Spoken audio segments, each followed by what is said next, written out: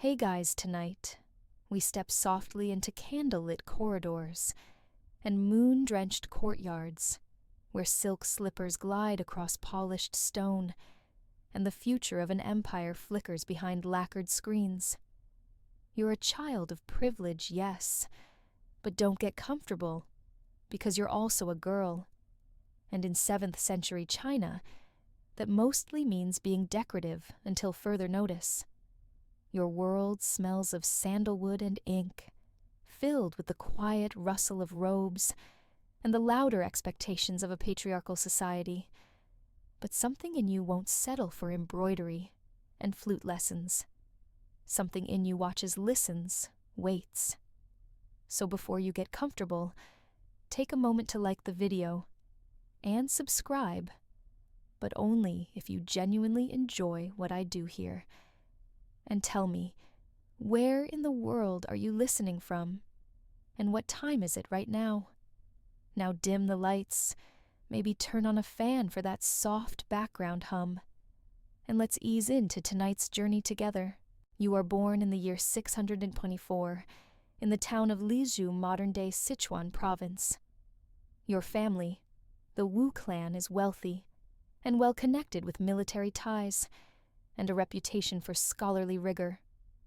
Your father, Wu Shihuo, served under the great Emperor Gozu, founding emperor of the Tang Dynasty.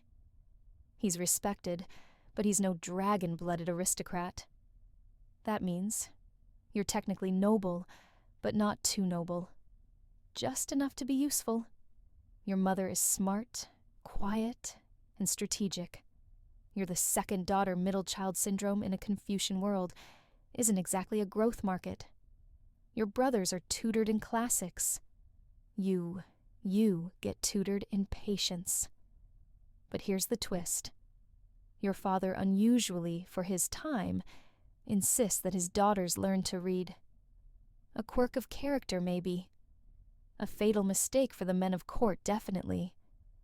By age 9, you're reading Buddhist sutras, Confucian texts, and scandal of scandals poetry. You're also absorbing palace gossip and court politics, like a sponge dipped in plum wine. Historians still argue whether this early education was intentional prep or just an indulgence.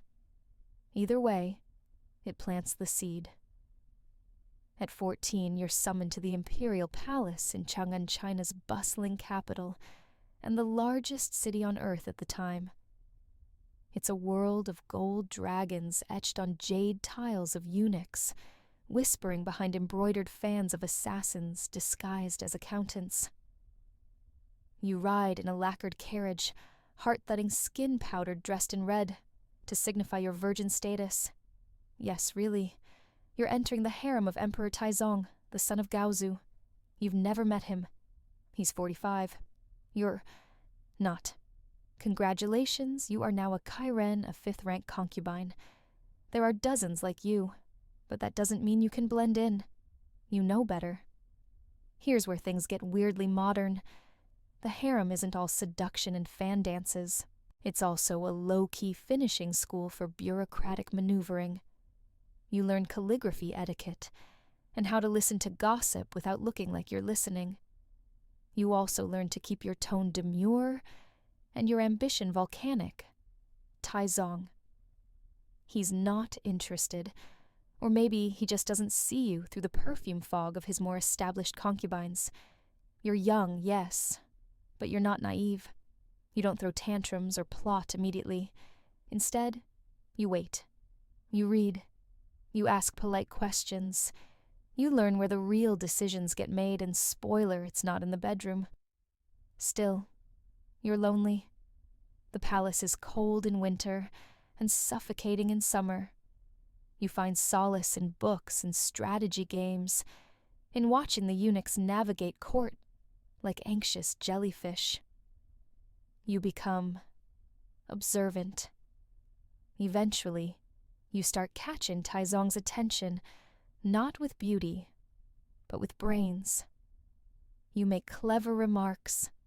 You ask about military campaigns. You casually reference obscure verses from the Book of Changes. He notices. It's worth pausing here. Some scholars believe you and Taizong actually did have a deeper relationship. Others say that's retroactive fan fiction, projected onto the Empress you'd later become. No one can prove either view. But what's clear is that you've begun weaving your web, and you're not even old enough to vote well if voting existed. Then Taizong falls ill. It's 649, and the court begins preparing for his death. Concubines like you, those without sons, are typically sent to Buddhist convents when the emperor dies. No retirement plan, no severance package, just a shaved head and mourning prayers. And yes, that's exactly what happens. You're carted off to Ganya Temple, your long hair cut off your court silks traded for gray robes. You go from studying palace scrolls to scrubbing monastery floors. And here's where most stories would end. Anonymous, cloistered, erased. But you're not most stories.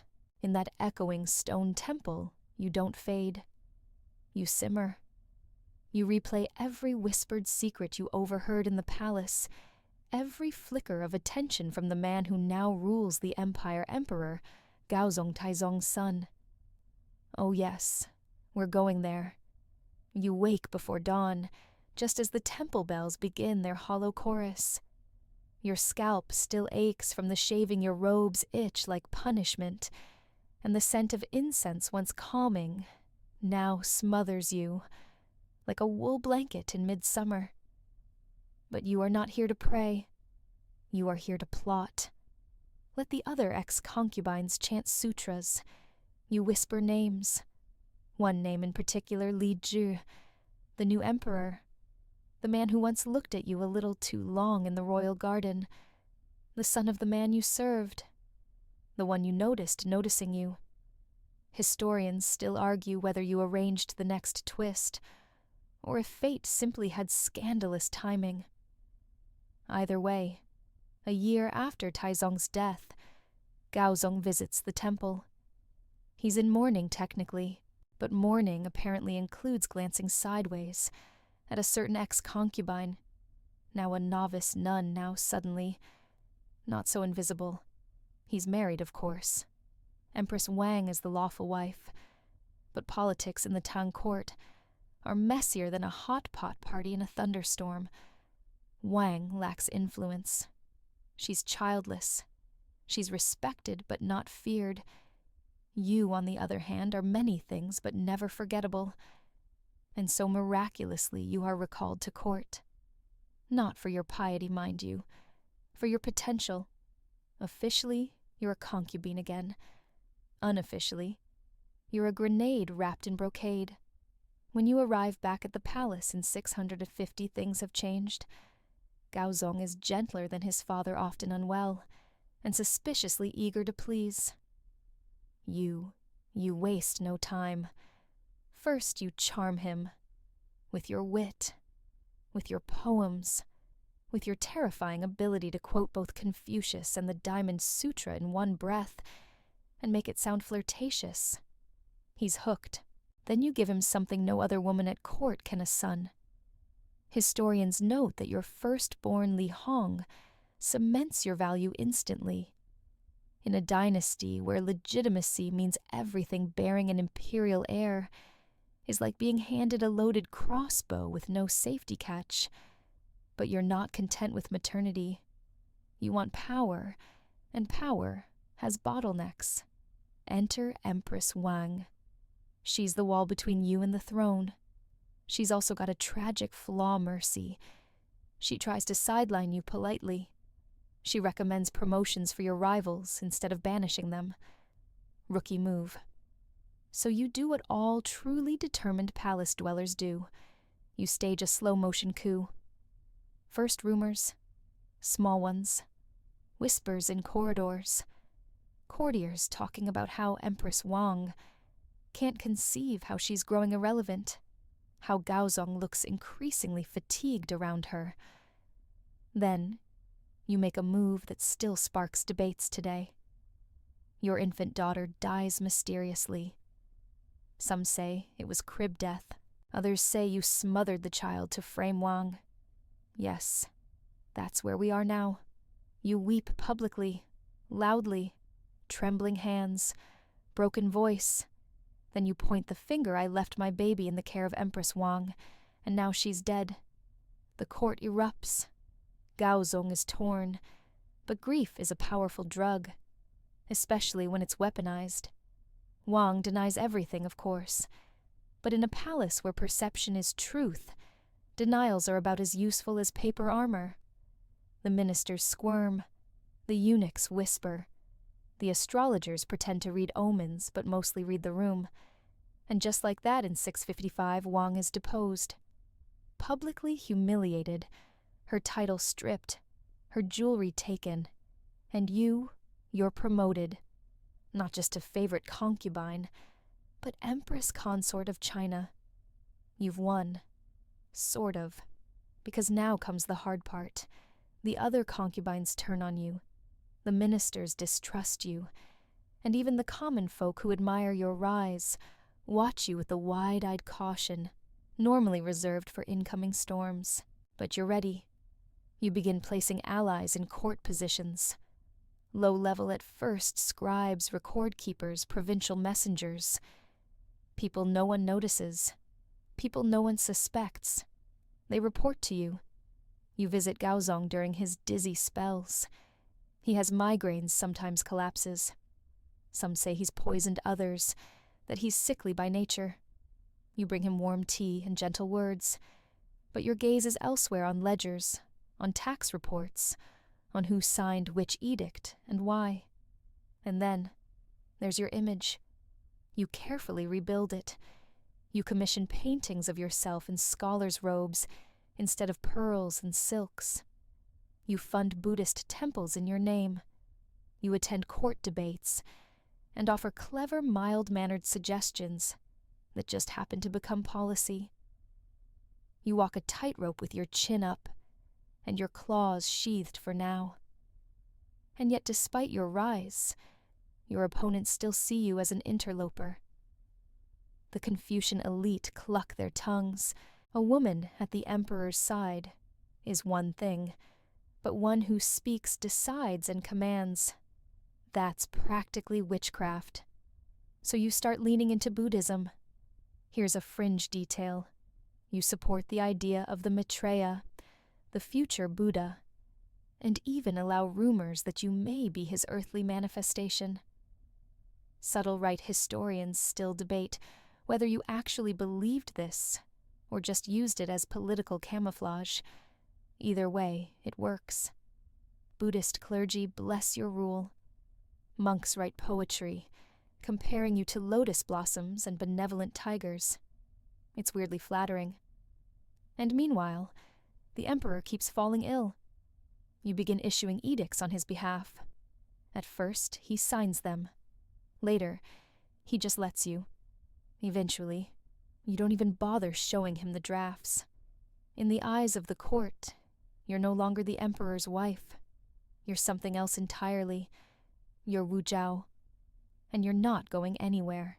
The emperor's health deteriorates like damp silk slowly, with mold creeping in the seams. He's still the sovereign in name, but more often than not, he's curled up behind screens, cradling his temples, while court business piles up like autumn leaves. And you're already sweeping those leaves into neat, policy-shaped bundles. No one dares say it aloud, of course, but the palace knows the empire is being ruled by a woman in gold-trimmed robes who walks a step behind the throne and speaks a step ahead of it. But then tragedy strikes. Again, your son, the crown prince Li Hong, dies. At just 23, scholars still argue over the cause. Some say it was illness. Others whisper poison. A few braver or more foolish suggest it might have been on your orders. Maybe he was too soft, too independent, too unwilling to be molded. The truth dies with him. You mourn publicly. But grief doesn't derail you. It never has. You replace him quickly, naming your second son Li Xian as crown prince. And just to be safe, you install yet another vast surveillance network. Call it what it is, empire-wide eavesdropping. Eunuchs, palace guards, even servants in distant provinces. Everyone's watching someone, and all paths lead to you. Paranoia. Maybe, but effective absolutely. The thing is, your grip on power is delicate, like a painted screen, beautiful but easily toppled. You're still a woman, and Tang China, for all its poetry and progress, does not like a woman holding the scepter. So you do something radical. You build yourself a legend. You finance Buddhist temples across the realm. You commission scholars to write glowing chronicles of your virtue. You fund the carving of the massive Lishan giant Buddha, a serene colossus staring across the river. Historians still debate whether it was spiritual devotion or a not-so-subtle monument to yourself. Meanwhile, you begin purging your enemies, quietly at first. Accusations of treason pop up like mushrooms after rain. Some disappear overnight. Others take longer, endless interrogations. Confessions, convenient suicides. The methods vary, but the message does not. Don't cross the Empress. And then in 1660, the inevitable happens. Gaozong suffers a stroke, a serious one. He loses much of his ability to govern, speak, and conveniently argue. You don't announce anything formal. You simply keep doing what you've already been doing, signing edicts, holding court, settling disputes. Ministers bow to you. Petitioners direct their pleas your way. You even start riding in the imperial carriage, with the imperial seal tucked neatly under your sleeve. In theory, you're the Empress Regnant. In practice, you're the Emperor. It's around this time that you stop pretending to ask permission. You launch an education reform, standardizing examinations, so that officials are chosen for merit, not family. Sounds noble, right? It is, but it also floods the bureaucracy with loyalists, scholars, who owe their careers to you, and you alone. You expand agriculture, stabilize tax systems, and even fix the empire's roads. You build rest stations and grain warehouses across the provinces, because nothing says benevolent ruler like being able to feed and ferry your people. Here's a quirky tidbit you're obsessed with details. You personally edit court documents, correct punctuation in poetry drafts, and reprimand ministers for using the wrong brushstroke. Imagine your boss marking up your emails with red pen, and also having absolute power over your salary and family's fate. You work late into the night, candles burning down to waxy stubs. That's where the nickname begins, the Night Owl Empress. Officials whisper about your odd hours. Some say you can't sleep. Others believe you're communing with spirits, or just scheming. One minister quips, "Even the stars fear her gaze." He vanishes the next week. You'd think people would rebel. But the truth is, many are grateful. The empire is stable. Bandits are fewer. Food prices steady. Sure, the occasional noble loses their estate, but the average citizen, they sleep easier under your rule. You're firm, but you're fair if you're on their side. Still, the Confucians fume. In 674, you escalate the drama. You commission a new set of characters, the Zetian characters, to replace certain Chinese logograms. Linguistic scholars still debate their usefulness. Some call them a failed vanity project. Others suggest they were a coded way of promoting imperial ideology. Whatever the case, it's one more sign you are not bound by tradition. You bend it. By now, even your sons are starting to get nervous. Li Xian, the crowned prince, shows signs of independence. He writes poetry about freedom, He tries just a little to assert himself. It doesn't go well. He's accused of plotting rebellion, perhaps unjustly. You strip him of his title and banish him. Historians are still torn.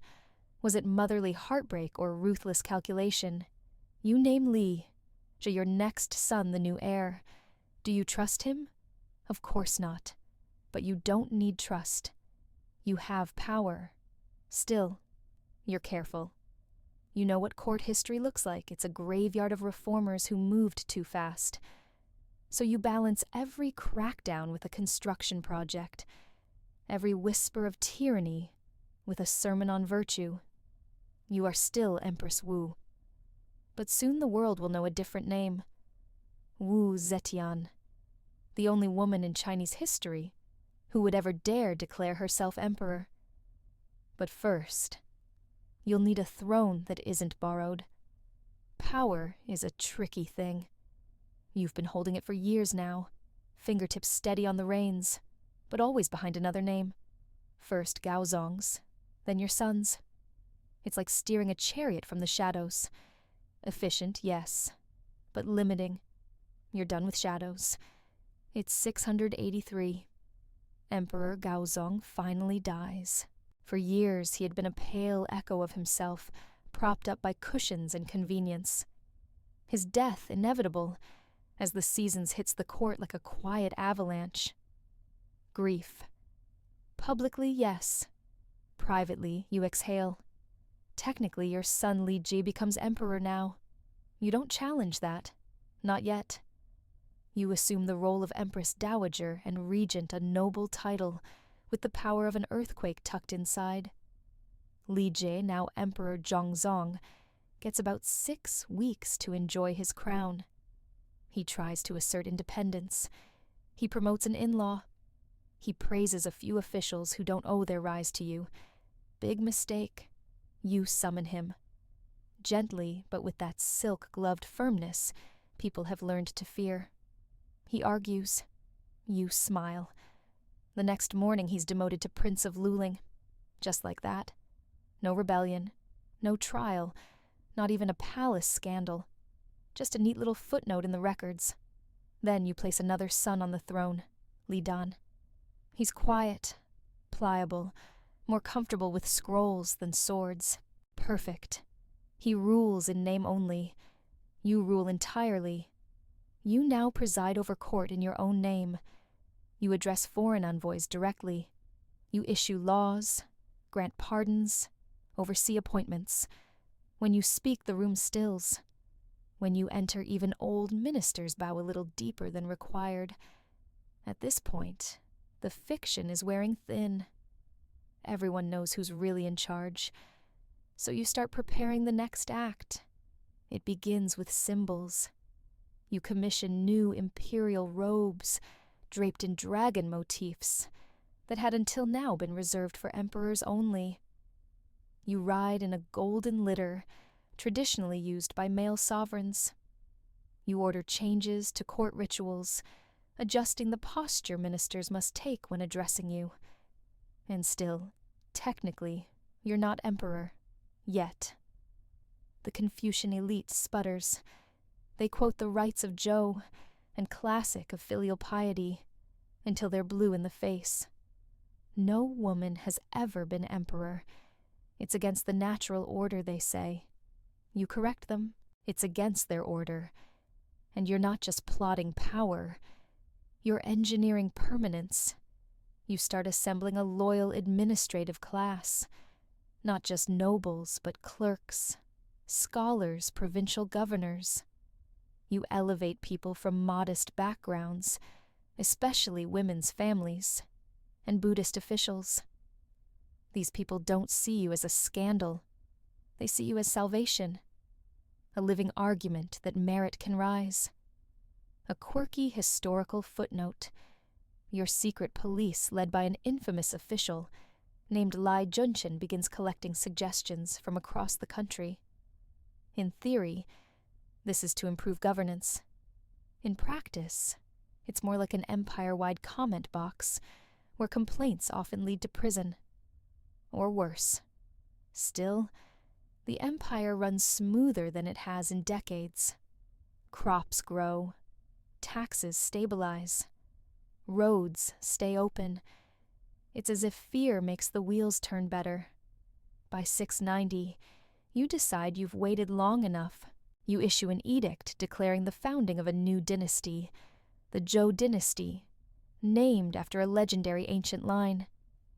You claim the mandate of heaven has passed to you, and you assume the title Huangdi, not empress, not regent, emperor, Wu Zetian, sovereign of China.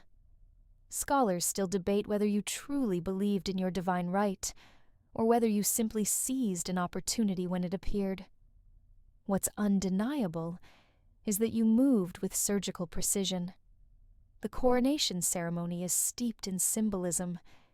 You sit alone on the dragon throne draped in black and crimson, surrounded by banners embroidered with phoenixes. The court bows, some more willingly than others. From that moment on, your reign becomes official in every ledger and scroll. You are no longer bending the rules. You've rewritten them. But don't get too comfortable. The throne is a lonely place, and more than ever, eyes are watching. So you begin a new campaign, not of war, but of legitimacy. You launch a propaganda effort, commissioning histories that subtly elevate your family line. You alter the official genealogies. You retroactively grant your father the posthumous title of emperor, and your mother the status of empress. You build temples. You revive obscure rituals. You even manipulate prophecy, commissioning a fake stone that declares your rise was foretold by the heavens. Fringe detail, the stone miraculously appears in a well. No one questions it too hard. To the common people, you become a kind of mythical ruler, the dragon who walks among them. They recite your reforms. They point to the improved granaries. They don't care about palace politics, only that life under Wu Zetian feels more stable than under the fumbling emperors who came before. But not everyone is impressed. Uprisings begin to simmer in distant provinces. Former Tang loyalists call you a usurper, a blasphemy. The army remains loyal, but only because their pay remains generous, and your surveillance network grows teeth. Suspected rebels vanish. Disloyal ministers die mysteriously. Buddhist monks write sermons about karma. And pray, yours keeps working. And through it all, you remain calm. At night, you still work late. You still edit reports with tiny, meticulous brushstrokes. You still always listen to the tones in people's voices. The hesitation, the flattery, the fear. Because now you are not just the woman behind the throne. You are the throne. And you have no intention of ever stepping down. So here you are, Empress Regnant Wu Zetian, the only female emperor in China's long, dragon-filled history. And now that the crown is firmly on your head, you find it's heavier than expected. Not literally, of course. The coronation headdress is elaborate, yes, with golden phoenixes and dangling pearls. But it's the invisible weight, the constant balancing act of power, paranoia, and propaganda that tightens your shoulders. Still, you bear it well, and to keep that balance, you turn to what you know best: information. You expand your already sprawling web of eyes and ears. It's not just a spy network anymore. It's a full-blown institution. You formalize it, even give it a euphemistic title, the Bureau of Inspection. Sounds harmless, like someone might audit your tea leaves. In reality, it's a fearsome machine that can end careers or lives based on a single anonymous letter. Historians still argue whether this system was born out of necessity or your increasingly suspicious nature. Maybe both. Tang China was no picnic. Court intrigues were practically a national sport. Assassins, political rivalries. poisoned ink Tuesday stuff. So you start your mornings with reports. Who said what? Who's been meeting with whom? Who hesitated too long before bowing? It's not glamorous, but it keeps you ahead. And in your world ahead is the only place that isn't fatal. But you don't just crush your enemies. You reward your allies handsomely. Scholars who support you find themselves fast-tracked to high posts. Officials who praise your reforms are assigned provinces fat with tax revenue. Even your palace attendants begin to look suspiciously well-fed. The message is clear. Loyalty is lucrative. Dissent is less so. Yet your rule isn't all fear and fire. You genuinely believe in progress, and your policies show it. You expand the civil service exam system, making it more accessible to lower-class men with talent and education. No more exclusive noble favoritism. Now even the son of a farmer can rise, if he can quote the right Confucian classics under pressure. A meritocracy, more or less. It's revolutionary in a culture obsessed with bloodlines, and the effects ripple outward. You aren't just ruling, you're rebuilding. In the countryside, you commission new irrigation projects, fix broken canals, and subsidize farming tools. You reduce the tax burden on peasants during famines. You issue grain from imperial stores in bad harvests. And you personally review reports from provincial governors, occasionally sending back scrolls with your signature brushstrokes and passive-aggressive marginalia like "do better." Here's a quirky tidbit: you had such a passion for administration that some officials claim you edited documents at night, with a candle in one hand and a red brush in the other, circling errors with elegant fury. One court scribe reportedly fainted when you corrected his sentence structure in person. But what really cements your authority is the way you reshape the narrative around womanhood. You promote women to positions of influence, not many, but enough to rattle the status quo. You bring your niece to court and involve her in state business. You even allow female Buddhist nuns to lecture in courtly settings. It's not full equality, but it's a tremor beneath the patriarchal surface, and your image, carefully curated. You're not some fragile flower in a golden cage. You're a philosopher queen, a poet warrior. In public ceremonies, you sit upright and unblinking, cloaked in black and crimson, surrounded by towering banners and eunuchs who've memorized your moods like scripture. You adopt the title Shengshen Huangdi Holy and Divine Emperor, not Empress, not Dowager, no qualifiers, just pure, unfiltered authority. The halls of Luoyang Palace echo with your footsteps long before dawn breaks. The floors shine like mirrors. Ministers rehearse their lines before speaking to you. Even the palace cats walk more carefully when you pass. You've transformed the imperial court into a place of quiet fear and astonishing efficiency. And yet you're still not done. You've outlived 2 emperors, replaced sons like worn-out scrolls, declared a new dynasty from scratch. And now in your mid-60s, your pace hasn't slowed, it's sharpened. You rise earlier, read more documents, summon more people. It's as if you suspect your time is precious, and you're determined to make every second count.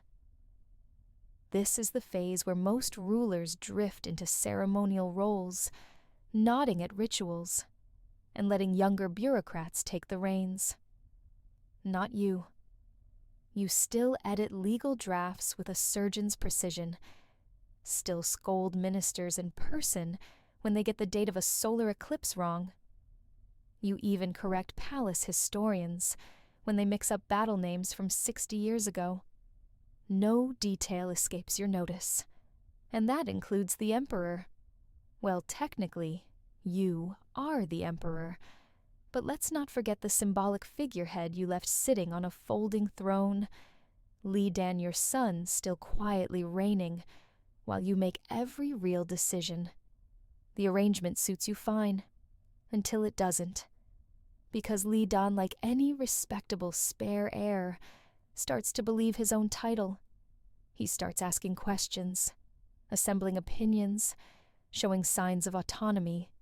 It's adorable and deeply inconvenient. So you tighten the leash.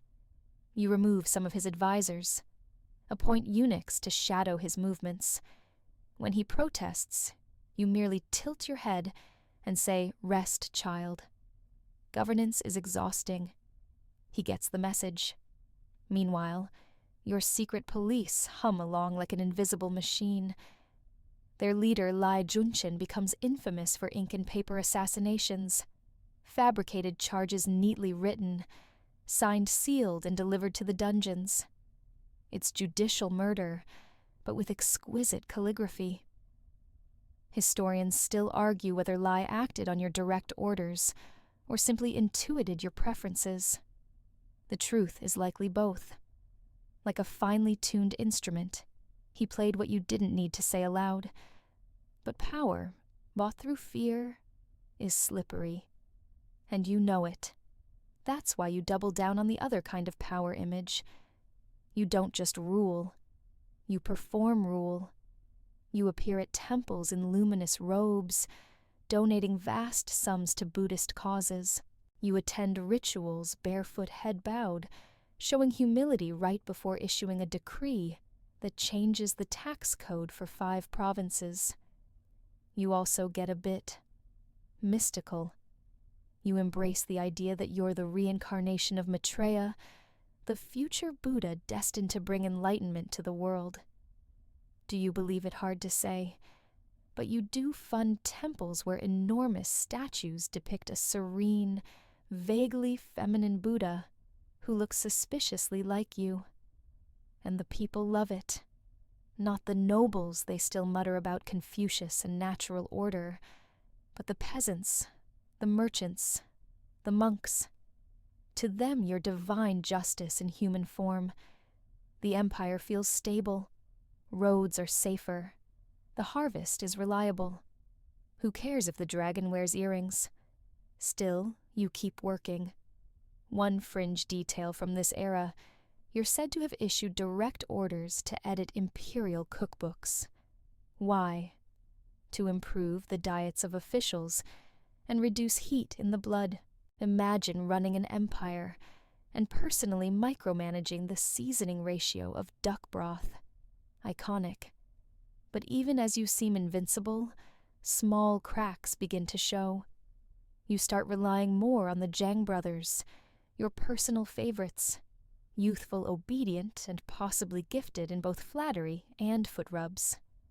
They read you poems, bathe you in perfumed water, sit by your throne as if auditioning for a play you haven't written yet, and people notice. Ministers whisper that you've gone soft, that the once razor-sharp Wu Zetian now drapes herself in pleasure and forgets statecraft. It's not entirely fair. Your policies still function like clockwork, but perception is a dangerous thing. To counter this, you lash out quietly. More arrests, more exiles. Anyone who questions your choices ends up teaching Confucian ethics in some frost-bitten province at the edge of civilization. You also start withdrawing slightly from public view. It's subtle. A few missed audiences, a few resting periods. Ministers are told you're praying or meditating, but you know what it really is. Time.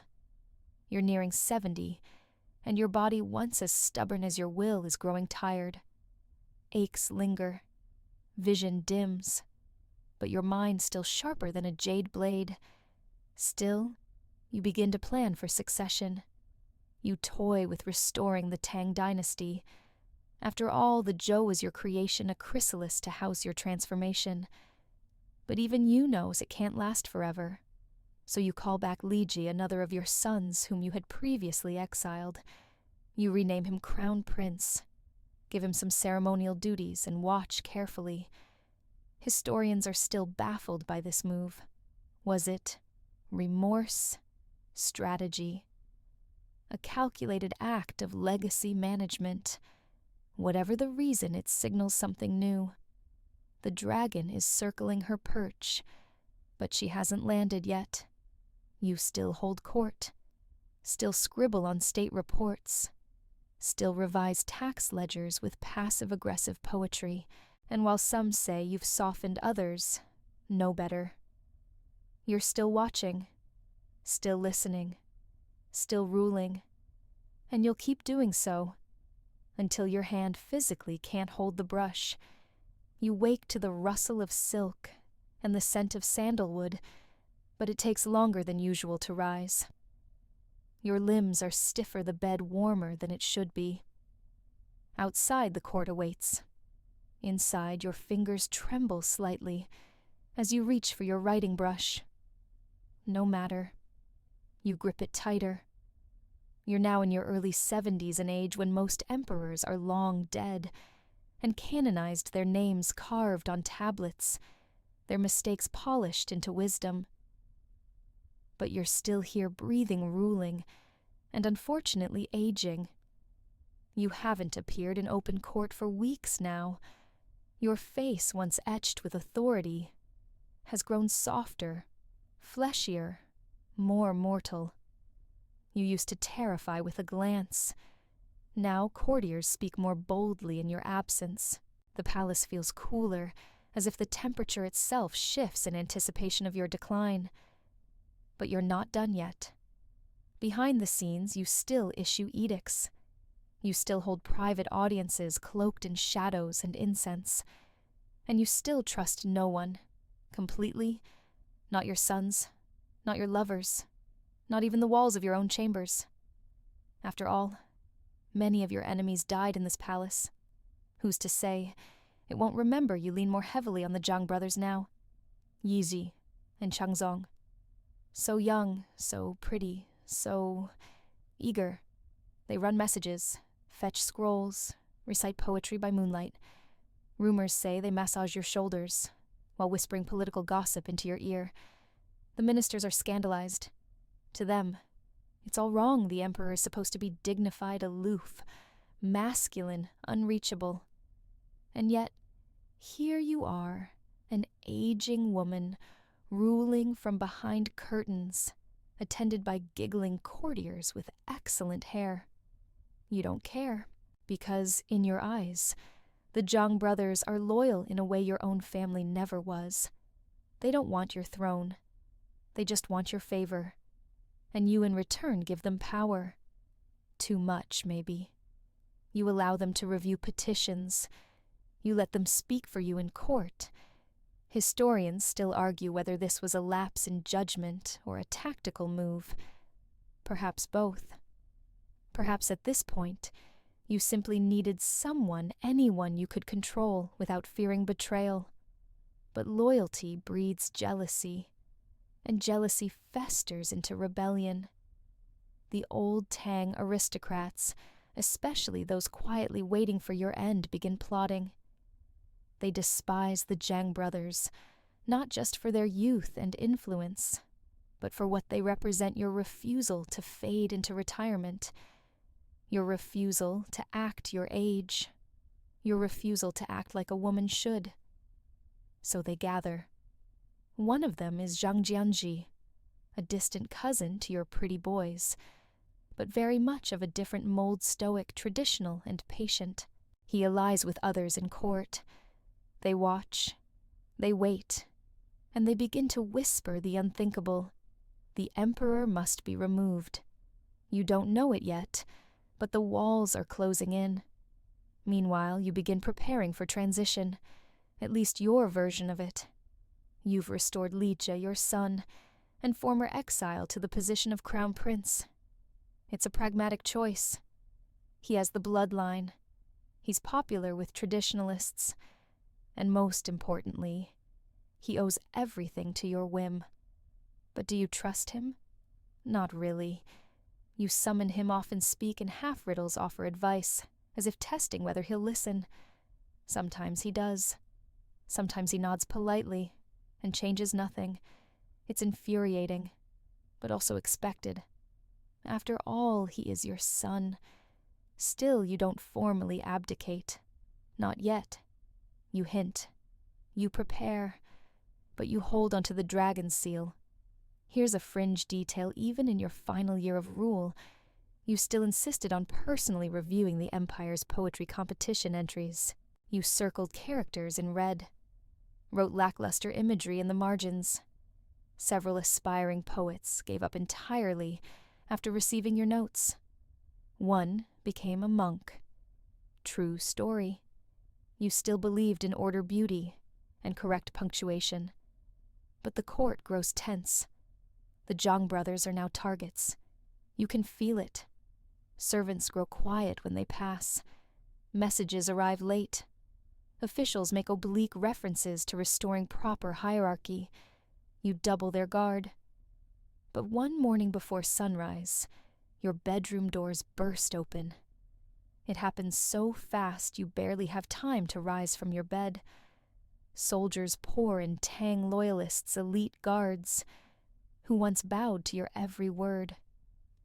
Now they drag the Zhang brothers out by their silk belts, ignoring your protests. You scream. You order them released. But no one listens. The brothers are executed quickly, quietly, their bodies discarded like a bad chapter. No trial. No last poems. Just silence. It's the moment you realize your reign is over. Lija steps forward. Calm. Respectful. But firm. He speaks gently as one might to a fading storm. He says it's time to relieve you of the burdens of state. He promises you'll be honored, protected, allowed peace. You are not stupid. You know what this is. A velvet coupe. And you let it happen. Because you're tired. Because you've seen this script before, only this time you're not directing. They escort you from the palace. Not in chains, but not freely either. You're moved to a quiet wing away from politics, away from noise, a tomb with windows. And there you sit, a woman who ruled the largest empire on earth, now retired. It's quiet now, not the silence of serenity, but the kind that hums just behind your ears, a silence that listens back. You're no longer seated on the dragon throne. No more edicts, no scrolls to correct, no trembling ministers to chastise. Just breeze bird song and the soft shuffle of attendants too afraid to meet your gaze. You live now in a wing of Shangyang Palace, gently exiled within your own empire. The courtiers say you've retired, that you're finally resting. They say it like it's a kindness, but you know better. They've taken your power not because you failed, but because you wouldn't let go. And because you were a woman who wore authority too comfortably. Even in your diminished state, they tread carefully. You're still Wu Zetian, and they don't quite believe you're finished. At 77, your body aches in ways even poetry can't soothe. Your back hunches slightly, and your hands no longer hold a brush without shaking. But your mind still sharp enough to cut silk. You remember everything. Every alliance, every betrayal, every whisper. Sometimes you recite edicts in your sleep. The palace staff tries not to notice. You spend your days writing poems, melancholy verses about time, impermanence, and distant mountains that seem to recede the longer you stare. You study Buddhist sutras again, not for show this time, but for solace. You talk to nuns. You light incense and watch it curl upward, pretending it's not the smoke of your own fading legacy. And you wait. You still receive occasional visitors. High-born ladies, aging ministers. Even your son, the newly reinstalled Emperor Zhongzong, pays his respects. He calls you mother. He thanks you for your service. You smile thinly and nod. You remember when he wet the bed at 7 and blamed the cat. He rules now. But you know how thin that crown sits. You taught him everything he knows, but not everything you know. Outside the court is shifting again. Ministers realign. Old enemies resurface emboldened by your absence. The Zhang brothers are gone, but new favorites slither into place. The cycles continue. You watch them from afar, through carved wooden screens, through gossip carried by servants. They say you mutter to yourself now, that you talk to ghosts. Maybe you do. After all, your life is a graveyard of names. Wang Xiaoli Hongli and the Zhangs. Lovers' sons, rivals' shadows. You've outlived them all. Your throne was built on ashes, and now those ashes whisper back. Still, you never express regret. Not in public. Maybe not even in private. You did what you had to do. Historians still debate whether your rule was cruel or brilliant, whether you were a tyrant in silk or a reformer with a spine of bronze. But none of them sat where you sat. None of them understood the cost of surviving in a world designed to erase you. Here's a strange little detail. Despite your dramatic fall from power, your title was never formally revoked. You're still honored, still fed like royalty. And when visitors from distant lands arrive, they ask about the woman who ruled, truly ruled, this vast empire. Your legend, inconvenient as it may be, refuses to disappear. It's late winter when your health begins to spiral. At first it's coughing, then fever, then that tightness in your chest that no amount of herbal tea can dislodge. Doctors come and go. They offer soothing lies about recovery. You listen politely and make mental notes about who will forget you quickest. Eventually, you stop rising from bed. You ask to see your old calligraphy set one last time.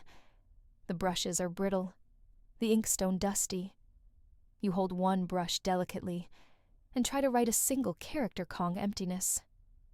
Your hand trembles. The stroke is crooked. But the meaning is clear. In your final days, you ask only one thing of your son, leave your tombstone blank. No title, no judgment, no lies carved in stone. Just silence. It shocks everyone. Ministers argue. Advisors draft epitaphs dripping with virtue and politics. But your will is clear. Leave it blank. Let history decide. Let the scholars fight over who you were. Let the poets mourn. Let the bureaucrats forget. Let the men who feared you die, still wondering what you meant by your final act of restraint. And when you finally pass on a cold winter morning in 705, it is not with fanfare. You die quietly, like a candle that's burned not just long, but brilliantly. You are buried at Qianling Mausoleum beside Emperor Gaozong, your first love, your first stepping stone. The tomb is majestic, carved into the hillside, with celestial paintings, guardian statues, and imperial symbolism, but the stone that marks your grave still blank. Even in death you refuse to follow the script. Your tombstone stands tall and empty, a silent monolith in the hills of Qian County. No name, no date, no grand inscription hailing your achievements or condemning your sins.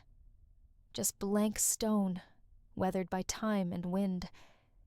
It startles every visitor who comes expecting a final answer, and instead finds only a question. Who was Wu Zetian? The empire, of course, continues. Zhongzong rules again. The Tang Dynasty is restored, and with it comes the predictable attempt to scrub your name from the record, at least the official one. They begin quietly. Ministers remove your reign name from court documents. Your portraits are stored, some even destroyed. Textbooks are rewritten, calling your era the interruption. Some call you a usurper. Others whisper of witchcraft. The Confucianists breathe a collective sigh of relief, like a bad dream has finally ended. But it's not so simple. You've changed too much. Your reforms, those infuriatingly effective, cleverly layered reforms, don't vanish just because your name is brushed out. The civil service exam system you expanded continues to function. The grain warehouses still feed the hungry. The administrative structure you built remains intact because, well, it works. Even the officials who disliked you secretly admire the stability you created, and they know better than to publicly admit how much of their current prosperity stands atop foundations you laid. The people remember, too. Farmers in the countryside speak of the era when taxes were fairer. Women remember the Empress, who wrote poetry and punished corrupt governors. Buddhist monks chant your name during evening prayers, veiled in metaphor, but unmistakable. And then there's the matter of your legend. It begins to twist almost immediately. Some call you a monster, a femme fatale in phoenix robes. They say you poisoned sons, seduced monks, danced barefoot in the blood of your enemies. The darker the tale, the faster it spreads. Others cast you as a heroine, a warrior queen who broke the glass ceiling of a jade empire, a woman who, in a world ruled by men, dared to rule not behind the throne, but on it. Historians still argue as they do best. One camp insists your reign was a moral catastrophe, purges paranoia, political murders, and the corrupting influence of personal indulgences. Another camp, more modern, frames you as a misunderstood reformer, ahead of your time, navigating a snake pit with a sharpened fan and unshakable nerve. But no one denies your brilliance. Even your enemies marvel at your cleverness. You mastered calligraphy and court politics, poetry and propaganda, Confucian texts, and Buddhist theology. You understood that ruling wasn't just about having power, it was about controlling the story. A quirky postscript centuries later, during the Tang Dynasty, scholars compiled an official history of the Tang. They debated for months about how to portray you. In the end, they included your biography, but stuck it in the biographies of women section, as if that might soften the blow. Nice try. Your chapter still gleams, and the blank tombstone over time, it becomes a symbol. Tourists visit to see it. Poets write about it. Activists hold it up as a metaphor for silenced voices. You, the woman who wrote edicts at midnight, who redefined what it meant to rule, are remembered not by what was carved, but by what was left unsaid. Back in the capital, the Zhang brothers are never officially mentioned again. Their names fade from the record, their lives reduced to footnotes. But in private journals and whispered palace gossip, they remain characters in your myth, exotic, foolish, and adored. And your son's Zhongzong doesn't last long. Power slips through his fingers like silk. He's poisoned, perhaps, by his own wife. It's hard to keep track after a while. The Tang Dynasty limps on through rebellions and resets, but it never regains the iron stability of your rule. None of them last as long. None of them shine as fiercely. But your legacy, it mutates, yes, but it endures. In the centuries that follow, Chinese history never again sees a woman rise to the title of emperor. Empress dowagers influence things behind curtains. Wives pull strings in silence. But no one else sits on the dragon throne in their own name. You were the first, and the last. Perhaps that's why the blank stone speaks louder than any eulogy. It dares future generations to fill in the gaps, to study the rise of a woman who defied heaven-outwitted ministers and ruled one of the world's greatest empires on her own terms. And maybe, just maybe, it reminds them to question every history they're handed, especially the ones that come pre-carved. The night air in Luoyang thickens with the scent of pine and old ink. Somewhere, a court bell chimes the hour, but you don't move. You sit with your brush hovering just above a half-finished poem, your thoughts adrift in memory. Even now, even with your empire in someone else's hands, you can't sleep. You've always been nocturnal. Even at the height of your power, your servants learned never to assume you'd be asleep by midnight. You often rose in the darkest hours, lit your chambers with 12 candles, and summoned scribes and secretaries to your side. They complained silently, of course, but they came. Because you were Empress Wu, and because missing a midnight audience might mean missing a head come morning. They started calling you the Night Owl Empress. Not to your face, of course. But it was accurate. You lived in the shadows of dusk, and pre-dawn your mind clearest, when the rest of the palace dreamed. You issued decrees while most of the empire snored peacefully. You made decisions that would ripple across provinces while the moon hung low and silver in the sky. Was it strategy? Or was it insomnia? Historians still argue. Some claim you feared assassination and refused to sleep soundly.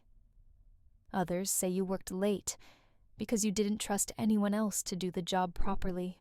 And then there are those who suggest you simply preferred the quiet, that the chaos of court dulled at night, leaving room to think. You never said. You simply worked. Your night sessions were legendary. Eunuchs learned to carry trays without clinking porcelain. Attendants mastered the art of silent bowing. Ministers dreaded your summons after dark, because nighttime Wu Zetian was sharper, colder, more likely to ask questions they couldn't answer. And if you caught them lying, you wouldn't yell. You'd pause, nod, make a note. And within the week, they'd find themselves reassigned to a post somewhere in the highlands, translating tax codes for illiterate warlords. But don't mistake this for cruelty. It was precision, because beneath all the candles and scrolls and whispered corrections, you were always watching. Not in a paranoid way, at least not entirely, but because you understood something most rulers forget. People tell the truth when they think you aren't paying attention, so you paid attention. Always. You took pride in noticing small inconsistencies, why one minister's seal was slightly faded, why another suddenly stopped quoting the analects. You observed patterns. You tracked habits. You even corrected the astrologer once for misaligning the lunar calendar by a day. He never made that mistake again. Here's a fringe tidbit: you kept a private journal, filled not with your personal thoughts, but with the names of officials scribbled in categories: loyal, useful, unstable, too clever. A living record of the empire's heartbeat. Some nights you reread the whole thing like a bedtime story. No one else ever saw it. Still, not everything about your nocturnal life was stern. You often requested poetry from your guards. Yes, your guards. Some of them were barely literate, and others stumbled over rhymes, but you insisted. Because poetry, you said, revealed more than paperwork ever could. You even wrote back sometimes playful couplets, riddles, jokes hidden in metaphor. One guard tried to impress you with a love poem and misspelled moon. You laughed for the first time in weeks. They say that under moonlight you were softer, thoughtful, almost wistful. Sometimes you'd walk the garden paths barefoot, trailing incense smoke and murmuring Buddhist verses. The court said it was for show, a performance of piety, but it wasn't. It was just easier to breathe when no one else was watching. And you were pious, just not in the way they understood. You saw the world as layers: ritual and power illusion and truth, karma and control. You didn't believe in fate but you respected its mechanics. And you tried in your own way to leave the empire slightly more balanced than you found it. Your late-night reforms were surgical. You adjusted grain taxes in flood-prone regions. You authorized repairs for distant roads no one else remembered. You approved clemency for minor crimes, especially when the accused was poor, and the accuser was not. You even had one edict inscribed entirely in verse, just to see if anyone noticed. One scholar did. You promoted him. Of course not. Everyone loved this style. Your nocturnal governing unnerved the court. Some said it was unnatural, that an emperor should lead in the sunlight, not the moonlight. That your habits were inappropriate for a woman. That your hours marked you as unstable. You let them talk, but the results spoke louder. Banditry dropped. Revenue rose. Provinces that once bristled with unrest began sending tribute. The people ate. The fields grew. The roads flowed like lifelines through the empire. And all because you refused to sleep when the world told you to.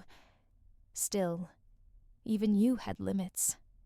In your final years, you tried to keep the pattern: late dinners, midnight scrolls, private audiences under flickering lanterns. But your body betrayed you.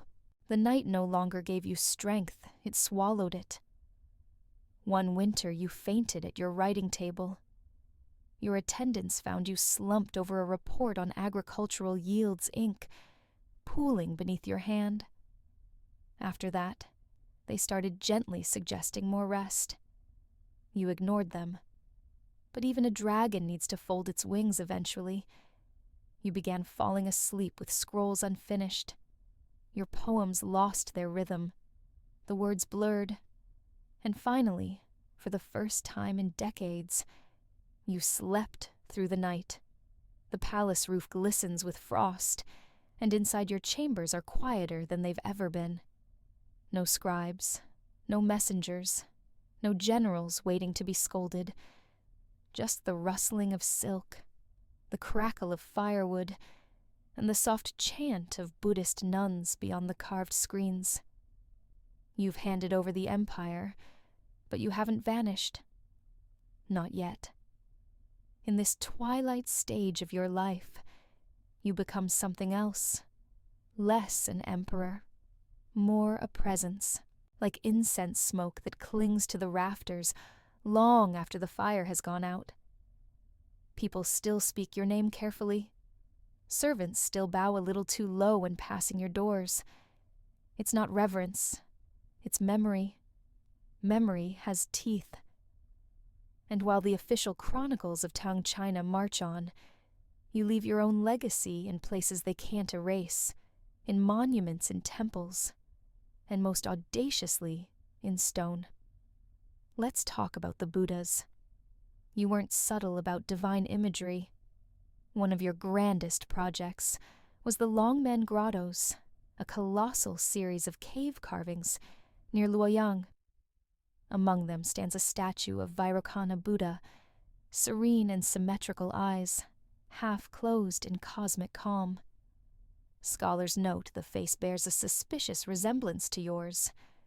Coincidence? Sure. And the emperor just happens to work overtime for fun. It wasn't just vanity. It was strategy. In a world where women weren't supposed to rule, you made yourself more than a woman. You became sacred. By aligning with Buddhism specifically, the Mahayana idea of the universal Buddha, you blurred the line between emperor and enlightened being. Not female ruler, just ruler.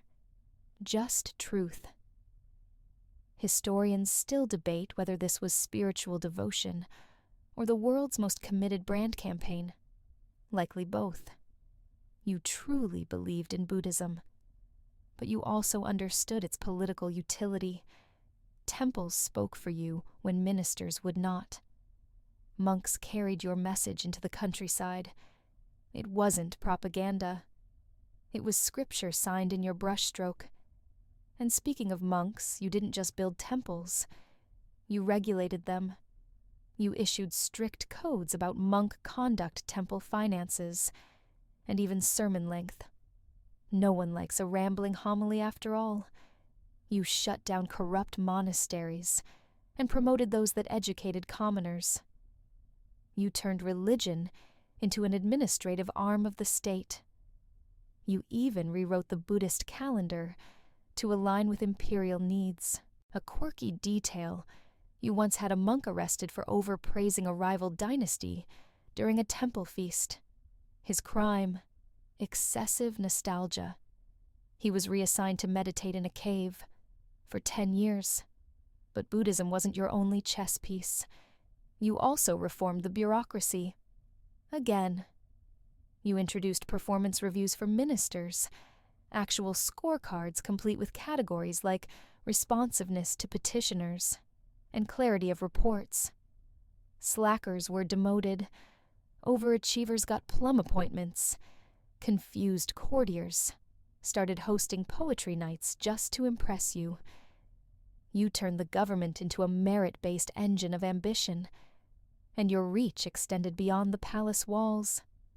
You ordered the expansion of postal routes, improving the speed and efficiency of imperial communication. You streamlined grain distribution, reducing famine in key provinces. You restructured local governance to reduce corruption and ensure governors rotated often, no time to build little fiefdoms. These policies weren't glamorous. They weren't carved into jade, but they worked. Your empire functioned because you treated it not like a throne, but like a machine. And you always were the mechanic, the inspector, the operator behind the curtain. Even your enemies had to admit it. The empire ran better when you held the brush. Still, not everything was iron and order. You had a softer side, though few saw it. You adored dogs, kept several in the palace, gave them names like Little Tiger and Moon Fuzz. One eunuch claimed you wrote lullabies for them. Another said you once delayed a court session because your favorite hound was ill. No one dared complain. And then there was your poetry. You didn't just read it, you wrote it. Dozens of verses in delicate calligraphy meditations on impermanence, longing, and old age. Some were sharp as arrows, others so tender they made even seasoned scribes weep. Here's one of your surviving couplets. The river flows eastward, carrying my sorrow, 1,000 miles of moonlight, and no place to rest. Simple, haunting, timeless. And you knew it, because in your final years, you weren't just building monuments. You were shaping how the future would remember you. You ordered a compilation of your official edicts and reforms clean-edited and cross-referenced. You sponsored historians to write biographies of your reign with polite encouragement to focus on the positive bits. You made sure your story wouldn't be written about you, but by you. Of course, that didn't stop later dynasties from trying to erase or twist your legacy. But you left too many fingerprints, too many lines of poetry, too many roads and statues and policies that whispered your name when no one else dared. You weren't content with being remembered. You engineered it, and now, sitting in your quiet chamber, you feel the years settle around you, like silk robes after a long bath. You watch the shadows lengthen. You smell the ink drying. You smile just barely. They can call you what they like. You know what you were. And the empire does too. You always knew your children would be your greatest trial, not because they lacked potential, but because they carried both your ambition and their father's softness. A dangerous mix in a court where one misplaced smile could start a civil war. Of your many sons, 3 held the throne. 2 fell from it. 1 would barely keep it warm. The first Li Hong, your golden boy. Kind, educated, empathetic, a Confucian ideal. Too ideal, really. He questioned your choices, challenged your methods. Once he even returned an imperial order unsigned, claiming it needed further discussion. You buried him within a week. The official record says illness, but even now scholars hesitate when reading that line. Historians still argue whether he died of a fever or your hand. Either way, he's gone. A candle snuffed out before it burned too brightly. You mourned him, yes, but never long enough to dull the next move. Your second son, Li Xian, followed. Witty, charismatic, a little too fond of poetry and palace intrigue. He surrounded himself with flattering courtiers and started building his own shadow court, thinking you wouldn't notice. You noticed.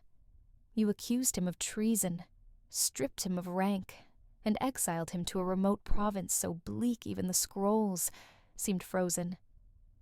He died there, still wearing a prince's seal around his neck. A seal you let him keep, to remind him of what he lost. Your third attempt, Li Ji, later, Zhongzong was the safest bet. Not because he was strong, but because he wasn't. He obeyed. Mostly, until he didn't. After Gaozong died and you placed him on the throne, he immediately tried asserting himself. Gave away appointments without your approval. Promoted in-laws. Tried to rule like he meant it. So naturally, you demoted him from emperor to prince before the ink dried. A delicate correction. In his place, you appointed Li Dan, your more reserved philosophical son. He played the part well. Never challenged you. Never raised his voice. But then again, he never raised anything. Not even a cup without permission. He was useful, not memorable. And when the time came, you replaced him too. It's a peculiar irony. You spent your life rising in a world that prized male heirs above all, only to discover they weren't up to the job. You once joked quietly that you had no sons, only future disappointments with titles. Still, you tried. You hosted poetry readings hoping to spark intellectual ambition. You arranged marriages with powerful families. You gave each one a taste of power, just enough to keep them hungry, not enough to let them bite. But blood is tricky. It stains, and it speaks. When Zhongzong returned to the throne after your retirement, he did so with a familiar mix of gratitude and thinly veiled resentment. He reinstated certain traditions you dismantled, appointed his wife and her relatives to key posts. The same patterns again. And you watched from a palace garden that was no longer yours under trees you had planted, but now grew wild. Then came the scandal. Zhongzong fell under the sway of his wife, Empress Wei. Ambitious, cunning, familiar. She formed a faction, elevated her family, even began echoing your own rise, but with none of your caution. She allowed her daughter to issue edicts, entertained prophecies of her own divine mandate. Some whispered she might declare herself emperor. Sound familiar. But here's the twist. This wasn't your doing. You'd retired. You were out of the game. And still somehow everyone blamed you. The ministers muttered another Wu, as if your ghost hovered over every power-hungry woman, as if one empress had shattered the glass so thoroughly that now the shards kept cutting long after she left the room. One quirky rumor from this time, Zhongzong supposedly ordered astrologers to check if the stars still favored your bloodline. When told the results were ambiguous, he burned the report and banned the astrologers from court. Never ask a question you don't want answered. As the empire stumbled under his weak hand and his wife's overreach, the court began to remember your reign with strange fondness. Sure, you'd been ruthless, but the rice had arrived on time. The roads were safe. The taxes made sense. Now, not so much. Even your critics started using your name to criticize the current regime. Under Empress Wu, this wouldn't have happened. Say what you will, but she kept the ministers in check. It must have amused you. Power was like perfume lingering inescapable, even when the bottle was smashed. And then came the final irony, after your death, after the power struggles, and the poisonings, your grandsons would eventually rule. But none would match your strength, your cunning, your terrifying clarity. You had raised a generation of emperors, but not one of them could rise above your shadow. They wore the crown. You still wore the memory. And perhaps that was your greatest revenge. Winter again, and the capital carries that peculiar hush, like the whole empire is holding its breath. The skies are colorless, the courtyards slick with frost, and the palace walls seem taller than usual. Somewhere inside, a slow burning fire crackles, but your hands are cold. You're in your 80s now, 81 to be exact. Even your enemies admit that's impressive. In a time when the average official barely made it to 60, and emperors were lucky to see 50, you've outlived them all. But you know what's coming. The signs are all there. Your voice grows weaker, your breath more shallow. You've stopped issuing orders, not because you're afraid, but because the words don't come as easily. The last time you tried to correct a document, you fell asleep mid-sentence. And yet, you still sit in your robes, hair neatly arranged inkstone beside you. A ritual of habit, even if your hand never lifts the brush. Let them say the emperor died seated. Your attendants come and go like ghosts. They avoid eye contact now, not out of fear, but reverence. Or perhaps guilt. Or maybe they're just waiting like everyone else for the moment when Wu Zetian finally closes her eyes and lets go. But not yet. Your thoughts drift, not to your sons, not to court politics, but to the beginning, to the temple where you were once sent, shaved and forgotten. You remember scrubbing floors, whispering your own name at night, just to hear it spoken. You remember the sting of being erased, and the delicious thought that one day you'd return. And you did. You returned, rose, reigned, rewrote everything. And now you're being erased again. But this time, it's not punishment. It's design. You've already instructed that your tombstone be left blank. Not an oversight. Not a mistake. A statement. Historians still puzzle over this. Why would the most powerful woman in Chinese history, someone who named herself emperor, rewrote dynasties, and engineered her legend, choose to leave her final stone silent? Some say it was humility at last. Others call it poetic justice, a final nod to the transience of all things. But the truth, the one only you ever knew, is far simpler, because no one else could write your story properly. You didn't trust them to get it right, so you left them the burden of trying. A blank epitaph is not an absence, it's a challenge. Let them wonder.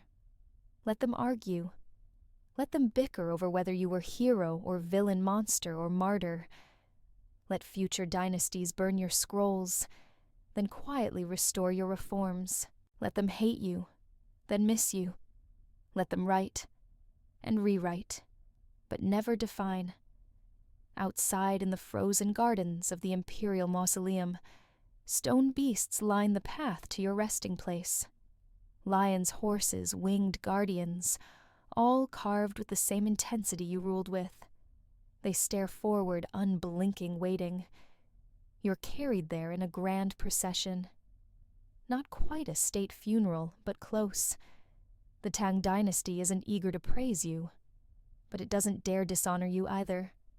Not openly. So the rituals are performed, the incense lit. The drums sound their low, mournful rhythm, as if marking the pulse of a nation, unsure whether to mourn or breathe easier. They entomb you beside Emperor Gaozong, your husband, your stepping stone, your second act. It's a poetic pairing, fire and fog. One ruled with tradition, the other with thunder. You lie beneath a mountain now, literally. The Qianling Mausoleum is built into the side of Liangshan Hill, a fortress in stone. It holds not just your body, but your silence. A tomb so grand it can be seen for miles, and yet the one piece that marks you, your epitaph, is left untouched, unwritten. The ministers avoid it when guests visit. Too awkward to explain, too dangerous to interpret. And the people don't need the words. They know. They remember the years of peace, the roads that were repaired, the grain that arrived on time, the exams that gave their sons a shot, the poems that softened their grief, the law codes that made them feel briefly like justice was possible. They may not have loved you, but they trusted you. And now, with you gone, they whisper your name again, some in fear, some in awe, some with the kind of wistful longing reserved for eras that felt in hindsight like golden ones. And in the inner court, long after the last ritual ends, a lone scribe stands before your tombstone, brush in hand. He hesitates, then walks away. The scrolls are quiet now. The ink has dried, but in the centuries that follow, your name refuses to fade. It resurfaces again and again, scratched out, rewritten, embellished, censored, and resurrected, like an unsolvable riddle. You didn't just rule China. You rewired its memory. Long after your death, generations of historians debate you, like a living paradox. Was she a tyrant, they ask? A usurper who murdered sons and seduced the court with perfume and paranoia? Or was she a genius, a reformer in brocade armor who tamed a sprawling empire and gave power to the voiceless? The answer is maddeningly both. Your legacy defies tidy categories. It can't be reduced to a moral fable. You ruled for over half a century, reformed. The empire's civil service reshaped its power structure and permanently altered what people thought women could do. You ruled effectively, strategically, and yes, sometimes ruthlessly. But what's rarely mentioned is how you forced the world to acknowledge something it never wanted to admit. That women could wield power, not by accident or inheritance or manipulation, but by sheer capability. That's the truth that scared them most. And that's why, even as your policies endured, your story became a battlefield. Later dynasties tried to contain you. They placed your biography in the women's section of official histories, right alongside footnotes about concubines and poets. They rewrote your story as cautionary tale. See what happens when a woman rules. But even in their edits, you linger. Quirky historical footnote during the Song Dynasty. A scholar named Sima Guang wrote a comprehensive chronicle of Chinese history, but refused to include your reign in the main imperial lineage. It drove his colleagues wild. Some protested. Others quietly added you back in their private records, knowing history wasn't just ink. It was gravity. And you had mass. You also had influence, a surprising amount of it. Centuries later, female rulers across Asia would evoke your name. Japanese empresses, Vietnamese queens, and even Korean regents studied your methods, some with admiration, others with wary fascination. In court manuals and political treatises, Wu Zetian became shorthand for a woman who would not stay in her place. And in Chinese folklore, you took on new shapes. To some, you were a demonic beauty luring men to ruin.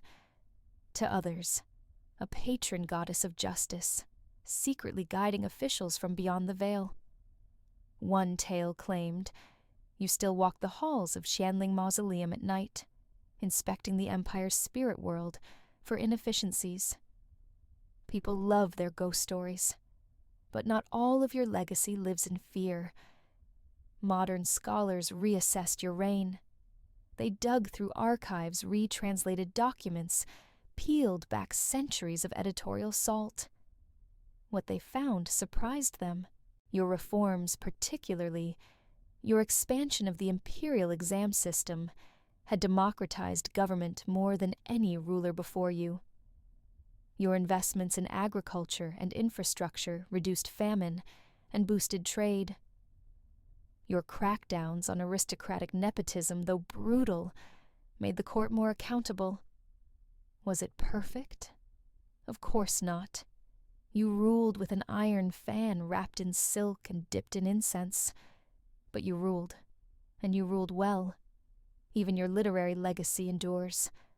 Of the 60-plus poems attributed to you, many still circulate in scholarly anthologies. Some are meditative, others biting. One ends with the line, "The body dies, but the echo remains." It does. Culturally, you became a mirror onto which each generation projected its fears, hopes, and unresolved debates about gender power and morality. You became a character in operas, a villain in dramas, a heroine in novels. By the time modern China emerged, your story had become less about you, and more about what you represented, the possibility that anyone given wit, grit, and time could seize the throne. And you'd seized it all. A woman who rose from fifth-rank concubine to Emperor of China. A girl who was sent to a convent and came back with a dynasty. A mother who buried her sons, built an empire, and asked for no epitaph. It is perhaps the boldest legacy of all, not that you ruled, but that you dared to make the world remember. And in doing so, you exposed every myth about who belongs on a throne. The moon hangs low over Chenling, casting soft silver over the endless stone sentinels that line your resting place. Time has marched forward. Dynasties have risen and crumbled, and yet you remain beneath the mountain beside the emperor. They tried to make your equal. Your tomb is still sealed, still undisturbed. No one has dared open it. Maybe they're afraid, not of spirits or traps, but of what they might find a woman, buried with all the dignity of a sovereign, unmoved by centuries of debate. The silence of your grave is louder than any history book, more enduring than the annals edited by hands that trembled with your memory. And above that sealed tomb the blank epitaph waits. Tourists visit it now. Some snap photos, some leave flowers. A few weep, though they're not sure why. It's not grief, it's recognition. They see something of themselves in the empty stone, an unfinished sentence, a story that no one else could tell. You were never just a monarch. You were the emperor of possibility. And for that, they both feared and followed you. Even today, your name sparks debate in classrooms across the globe. Professors speak your name with asterisks. Students underline your reign in highlighters, unsure whether to admire or condemn. Some do both. That, too, is part of your design. You were the empress who refused to be quiet, who ruled not just with decrees, but with narrative, who understood before most that history isn't what happened, it's what's remembered. And so they remember. They remember the woman who edited reports by candlelight, who corrected ministers' grammar and their morals in the same sentence, who built schools, punished corruption, named herself emperor, and then dared to step into the night without apology. Not a queen, not a dowager, not a stand-in. You ruled as yourself. Wu Zetian, a name they could never quite erase, a legacy too sharp to dull, too complex to package, and too essential to ignore. And now, at last, it's time to rest. You've outwritten your enemies. outlived your critics, outshone every expectation they ever had for a girl born into a system built to forget her. They didn't. They couldn't. Because your story, impossible, terrifying, glorious, isn't carved into stone. It's carved into time. So here we are, at the quiet end of a life that thundered through dynasties. You, once a girl in silk slippers and cold corridors, became the single most powerful woman in Chinese history, and then chose silence as your final word. No inscription, no last line, just a breath held across centuries. The fire has burned low now. The court is empty. The ministers have long gone home. Even the gossip has gone to sleep. And there beneath the weight of stone and legacy lies Wu Zetian watching still, perhaps as empires flicker like lanterns in the night. Let your breath slow. Let your mind settle. The story's over, but the echo lingers a gentle ripple across history's pond. You don't need to decide whether she was good or bad, just whether you listened closely enough to understand her. So rest now, knowing that the Night Owl Empress finally sleeps. And with her, maybe so can you. Close your eyes. Feel the weight lift. The candles have burned down. The scrolls are rolled shut, and the empire for once is quiet,